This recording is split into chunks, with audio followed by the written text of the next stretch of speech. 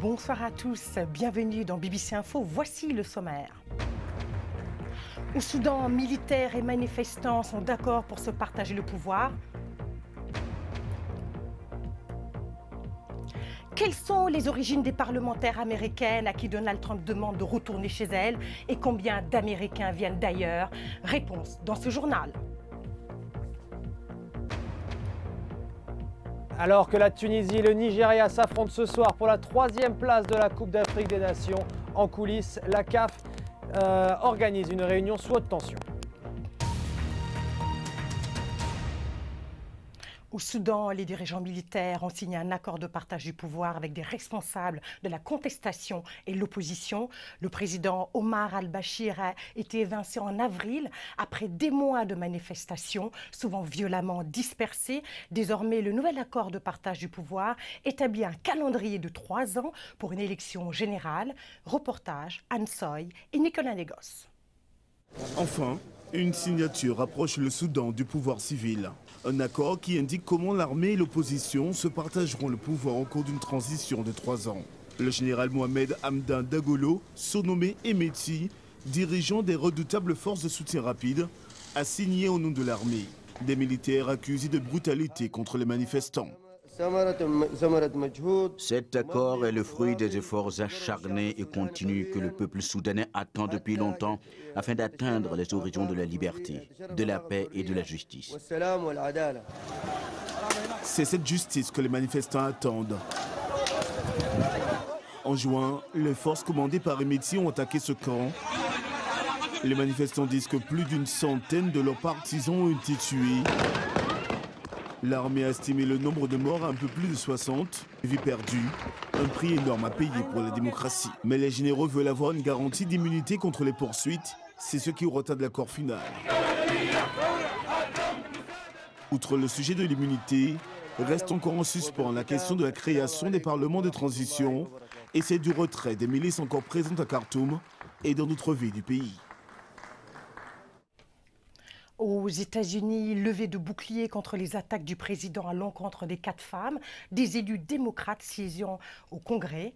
Je vous rappelle que Donald Trump avait invité ces femmes issues de minorités ethniques à quitter les États-Unis et regagner leur pays d'origine. Mais qui est donc l'Américain au juste? Ces 4 femmes sont-elles moins américaines que Donald Trump? Élément de réponse avec Lamine Noureddine Konkobo.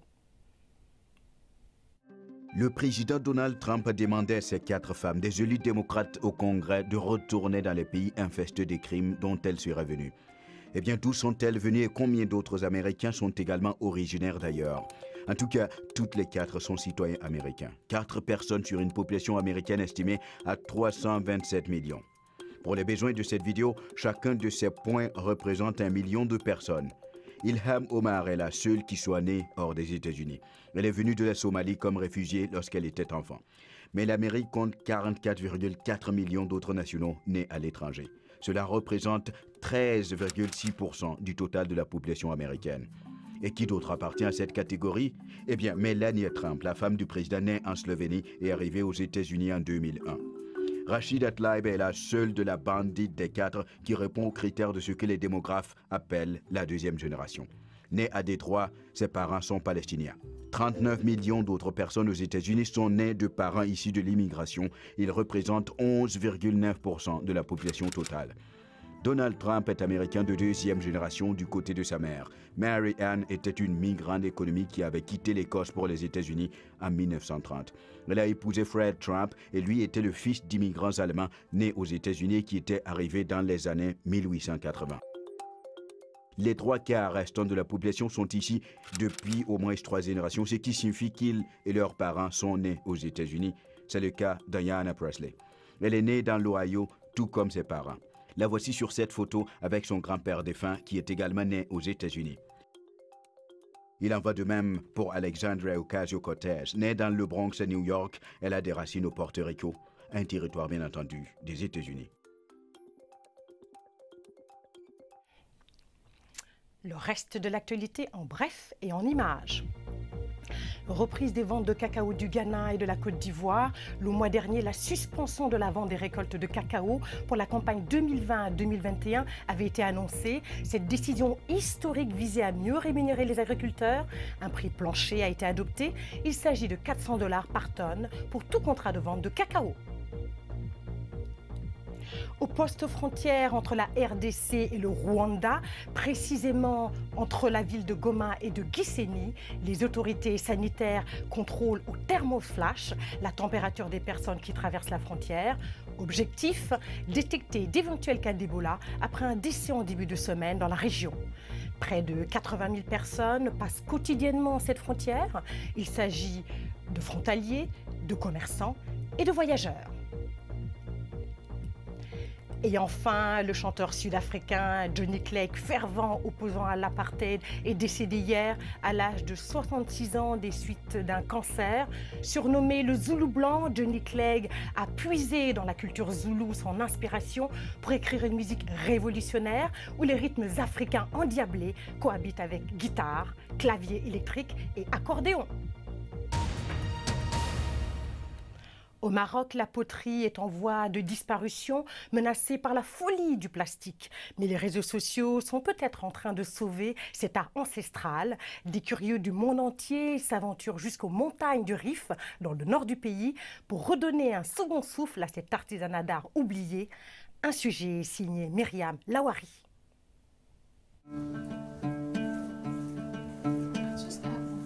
De la dextérité, de la sueur et un peu de talent. Voici les ingrédients magiques pour de belles poteries faites main. Les jeunes d'ici ne veulent pas se salir les mains avec de l'argile. Ils préfèrent être fonctionnaires avec un revenu fixe.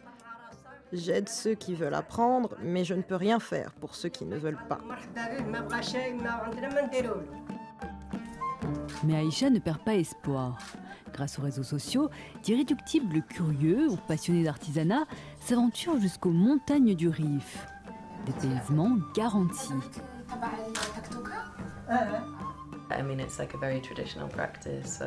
C'est une pratique très traditionnelle.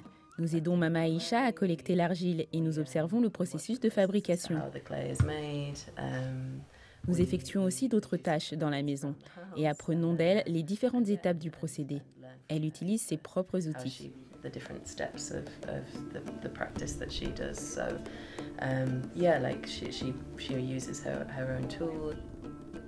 Préserver les traditions, c'est aussi la mission d'Ouda, la fille d'Aïcha.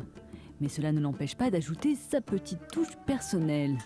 Un souffle de modernité s'est emparé de la province de Taounet.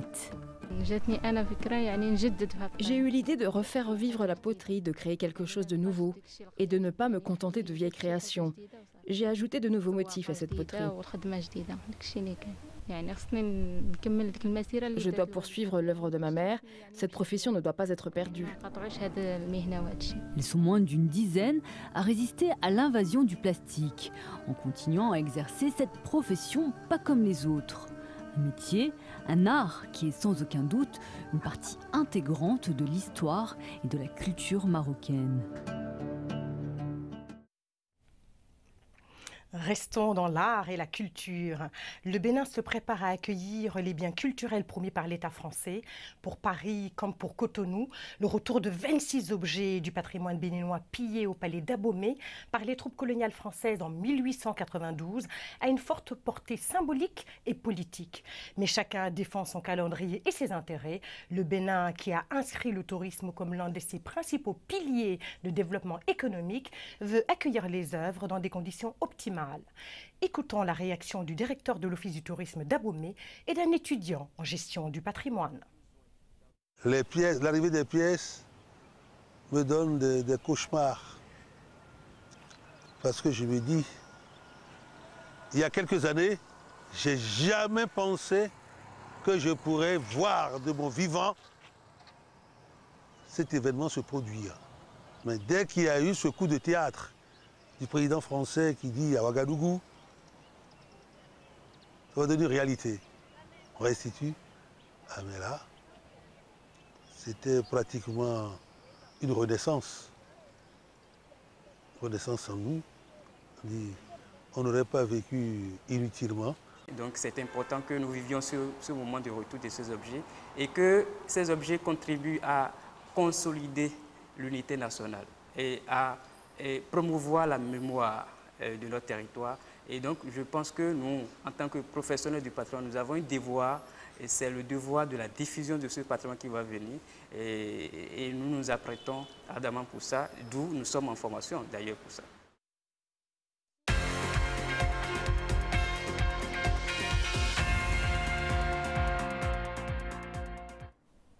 C'est l'heure de la page spéciale Cannes. Bonsoir Pierre-Antoine Denis.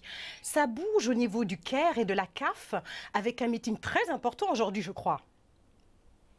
Et oui, tout à fait. C'était une réunion historique même, puisqu'elle comptait la présence très très rare de Gianni Infantino, le président de la FIFA, puisque évidemment il y avait énormément de sujets à évoquer. Il y a eu deux réformes importantes qui ont été énoncées. La première, c'est donc les finales de Ligue des champions africaine et de la Coupe des confédérations africaines ne se joueront plus en match aller-retour, mais en match simple sur terrain neutre. Et ensuite, l'expansion de la Coupe d'Afrique des Nations féminine de 8 à 12 équipes. Mais évidemment, M. Infantino était aussi là pour parler du cas Fatma Samoura, celle qui a été nommée déléguée de la FIFA pour l'Afrique afin de mener une audit approfondie dans les comptes de la CAF. Et forcément, ça ne plaît pas à tout le monde, malgré les dires de M. Ahmad, qui prétend que tout le monde aime et que c'est une décision prise à l'unanimité.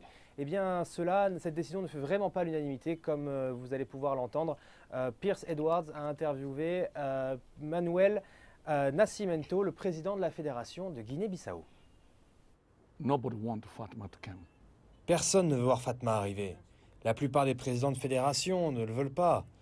Moi, ce que j'ai entendu, c'est que personne, et même pas moi, nous ne voulons pas voir Fatma. Et si ça arrive, je quitte le football. Il faut des réformes à la CAF, certes, mais cependant, quoi qu'il arrive, ces réformes doivent être faites, mais Ahmad doit partir maintenant. Ahmad doit partir maintenant pour l'avenir de l'Afrique. Voilà, donc comme vous pouvez l'entendre, des membres de cette CAF qui sont vraiment pas totalement en accord avec les décisions de la FIFA et du président Ahmad. Et donc forcément, en sortie de la réunion tout à l'heure, il fallait calmer le jeu et surtout rassurer, comme vous allez pouvoir l'entendre. Vous savez déjà ce qui se passait.